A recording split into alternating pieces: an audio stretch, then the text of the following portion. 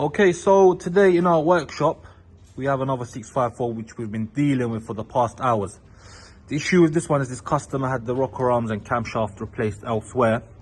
It's traveling all the way from Wales and they haven't timed up the engine properly. Once we've started the job, we've noticed that this was probably the most cowboy job we've ever seen. It's unbelievably disgusting workmanship. As you can see, it's just, I've never seen anything like this in my life. I mean, they've just damaged this seal where that goes around the turbo and they just put it on like that. There's bolts missing. So I've got a bolt here which is missing, a bolt here which is missing. There's an engine mount on the side here which is missing. And they've played around with the EGR. These bolts are not original. This clamp isn't original. This isn't original. These clamps ain't original. And when we're trying to lock the gears, we can't lock this one because they've undone it without locking it. So now, for me to get this right, I need to take out the complete camshaft, take out the gears, lock the gears, and then put it back into its place. Make sure if you are taking this job to people or getting it done, you get it done by the right people. Because now this customer's having to pay twice to get it right, just because of poor workmanship. Now, we've been working with this for the past how many hours because they've bodged everything. I've never seen anything like this in my life. It's the most cowboy job I've seen. It's unbelievable. Now, it's going to take off the cams complete and then time up the engine and then put it back together again. So we've taken out the camshafts. We were able to lock this gear, as you can see, but this one, can't lock it because when they've done the swap, they haven't locked this one. They just put on as it is. Now we're gonna have to take out this gear complete and lock it outside and then put it back into place. And we see that they've used a lot of gasket maker on this engine, which is, all you gotta do is just replace the gaskets. I mean, the customer's saying that the camshaft was replaced, but I don't think the camshaft was replaced because with the new camshaft, you already get a new gasket, so it doesn't make sense to put gasket maker on top of the new gasket. Looking inside, like, I don't think the engine oil was replaced either. It looks very, very dark, the engine oil, if you look here. So, I mean, I don't know what's happened with the customer. Even this one, look, they've just put a load of gasket maker in between this one. As you see? Yeah, so also I couldn't find this O-ring here, but I think I've got a spare one. I'll put that one into its place. I'm just going to clean up this as much as I can carefully without getting any dirt inside the engine. But yeah, just all it shows is poor workmanship, nothing else. So if you guys are getting this job done, make sure, look what else I find. You always find something as you go along. This is most probably for this. I'm guessing they've just took this out, put this one on as it's easier. Like, if you're getting this job done, make sure you take it to someone who knows what they're doing, not some any cowboy that's just got a hammer and a chisel breaking things up. Okay, so I've just spent ages cleaning it. I've spent half an hour and I'm still cleaning it. It's still not fully clean, but I've cleaned the majority of it. If you can see all the gasket maker that's stuck inside on the camshaft, on the carrier. I've just spent half an hour cleaning, as I said. I've got to clean it, so I'll make sure these sealants don't end up in the oil canals and block up oil from traveling throughout the engine and then causing damage. So I'm gonna have to spend another 15-20 minutes cleaning it nicely, making sure that it's all clean. I've also made sure it's clean on the engine side as well. Yeah, so it's just made our life so much more longer and difficult.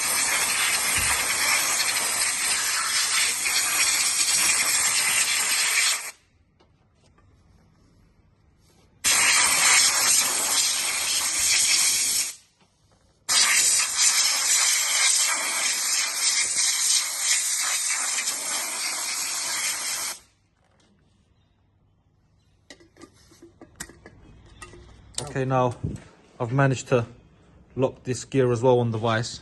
It's a bit difficult, but it's been done. If you saw the condition of the camshaft before in comparison to now, we made sure it's all nice and clean. Now we've replaced this gasket as well, camshaft carrier gasket, new one on. As you can see, it's nice and shiny now, ready to put back in.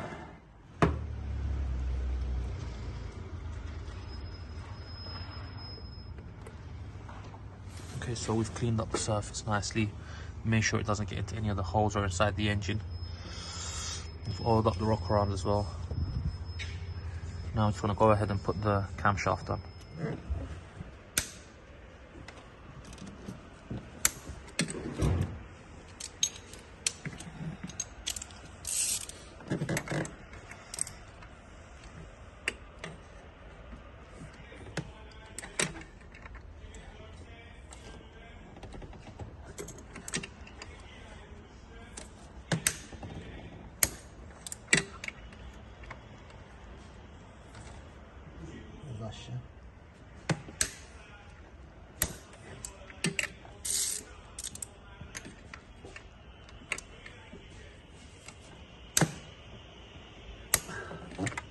Okay, now back from the E-Class, the ones that we've done the timing, replaced the EGR and everything.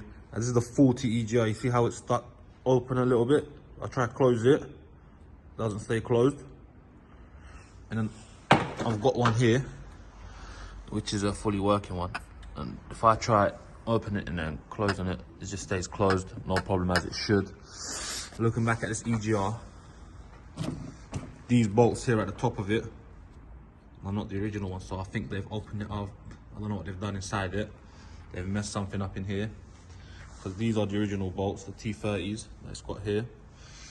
So yeah, and then I think they had something going on. They must have burnt out the plug or something, because this is the temperature sensor on the EGR. We had to replace the plug on that one, along with a new sensor, temperature sensor, on the low pressure EGR, which we did, because they've sealed it up. I don't know what they've done inside it, I have no idea. So this one, yeah, I had to take the temperature sensor off this one to use it for this one.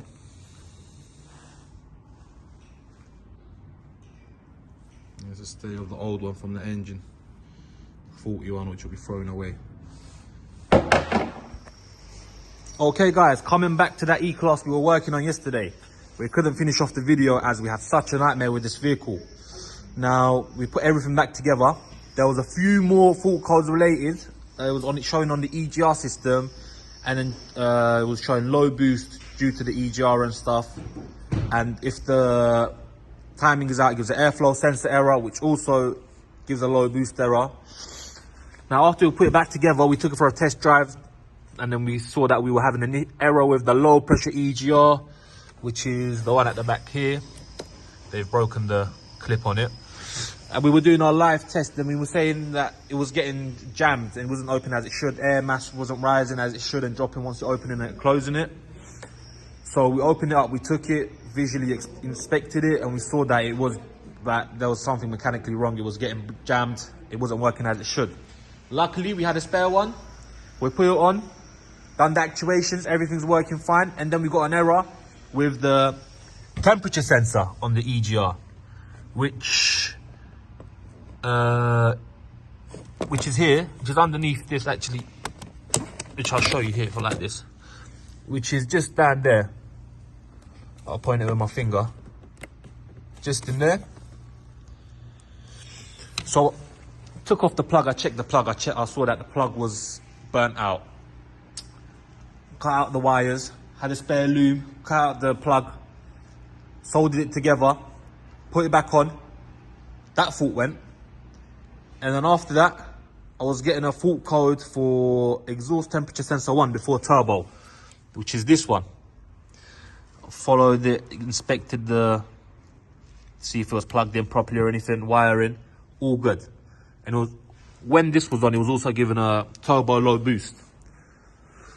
So we were here until 8:30 last night. Customer was here as well. Customer travelled from Wales with his car to get it right, and taken off the air filter housing, noticed that the turbo was excessively worn.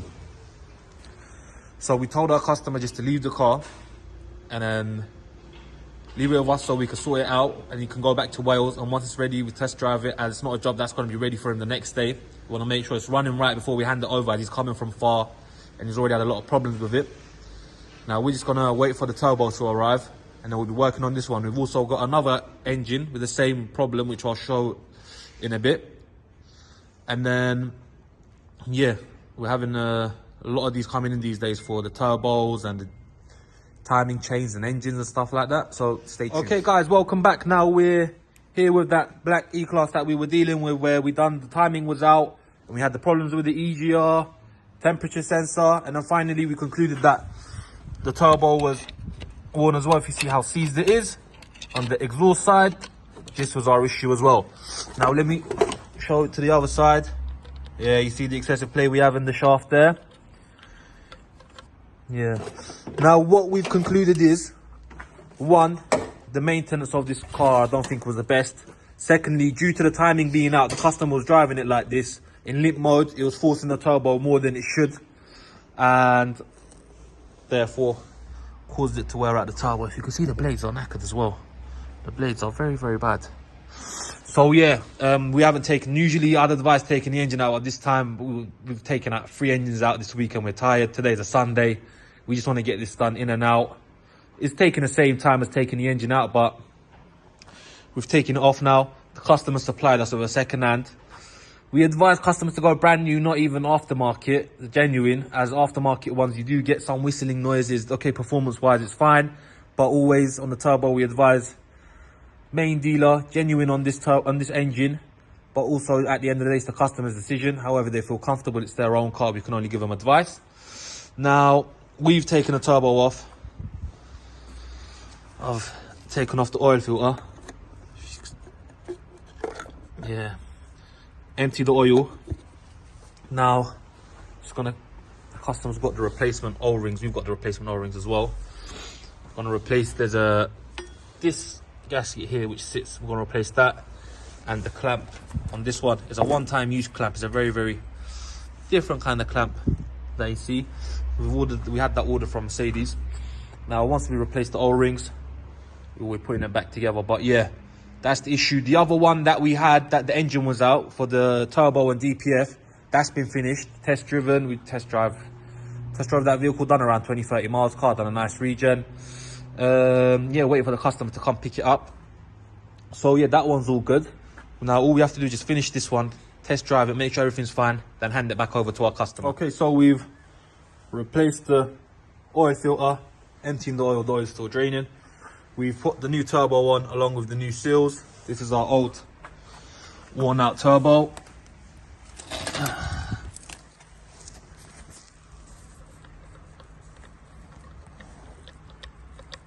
As you can see. So now we've tightened up the exhaust. There's 2 in this corner here. E12s, 1 down here in the bottom there, and 2 at the back.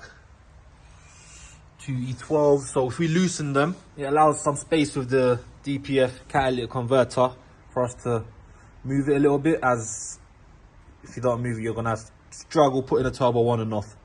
So we tighten those back up, and the EGR clamp we're gonna tighten up as well, put it back together, put the oil in, and then just have it running to see if we have any leaks or anywhere, which hopefully, fingers crossed, we don't. So yeah, we just cracking on, close it back up, turbo intake pipes, yeah, put the EGR back on, low pressure EGR, and that's it. Okay, so we've put everything back together now. All the air intake system put on, plugged in, put the oil in, ECU box, air filter box put on, put the shields on the side on as well.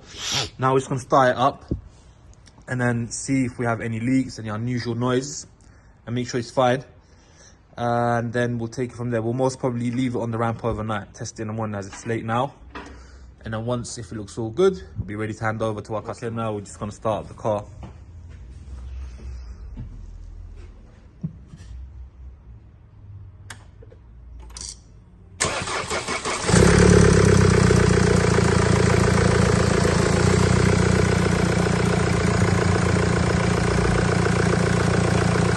sounds all good now, just a bit, I think clips on this is broken, moving loose. And this side of the airflow box is broken as well from before. So there was a bolt on it, the customer, whoever repaired it before, they put a bolt to keep it in place. Now it's going to keep it running 5 minutes, lift the car up on the ramp, make sure everything's fine, and then we'll test it for the morning. Okay, now this is the other E-Class that we took the engine out, sent the DPF off for a clean, replaced the turbo, and this one is all ready. I'm just going to start up in the morning, have it running for a bit, before we hand it over to our customer, as they'll be coming and picking up the car today.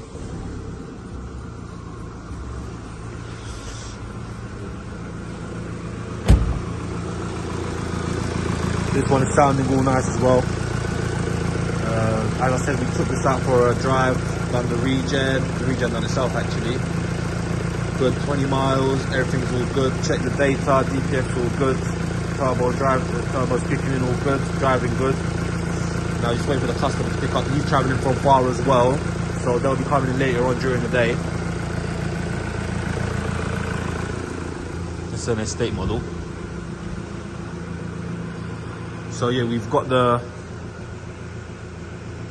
black E-Class. We replaced the turbo, EGR, etc. Putting the covers on as everything's fine. Take that out for a test drive in a minute. And then once that's all fine, I'll be ready to send over to our customer as well. Okay, so these are both the old turbos. This one's from the Saloon E-Class, the one that travelled from Wales, the one with the timing issue and the EGR issues. And this one is for the estate one that we took the engine out. They both have excessive play on the intake side. And when we turn it over to inspect the exhaust side, then you grab the pliers.